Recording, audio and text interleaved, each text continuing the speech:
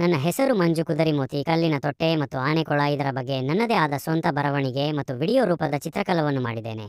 ತುಂಬಾ ಇಂಟ್ರೆಸ್ಟಿಂದ ವಿಡಿಯೋ ಇದೆ, ಹಾಗಾಗಿ ಪೂರ್ತಿ ವಿಡಿಯೋ ನೋಡಿ. ಬಹಳ ವರ್ಷಗಳ ಹಿಂದೆ ವಿಜಯನಗರ ಸಾಮ್ರಾಜ್ಯದ ರಾಜಧಾನಿಯಾದ ಹಂಪಿಯು ತನ್ನ ಸೌಂದರ್ಯ ಮತ್ತು ಸಮೃದ್ಧಿಗೆ ಹೆಸರಾಗಿತ್ತು.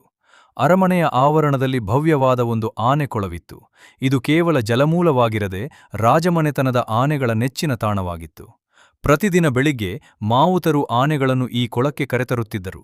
ಆನೆಗಳು ನೀರಿನಲ್ಲಿ ಆಟವಾಡುತ್ತಾ, ಸೊಂಡಿಲಿನಿಂದ ನೀರನ್ನು ಚಿಮ್ಮಿಸುತ್ತಾ ಸ್ನಾನ ಮಾಡುವುದನ್ನು ನೋಡುವುದೇ ಒಂದು ಸಂಭ್ರಮವಾಗಿತ್ತು.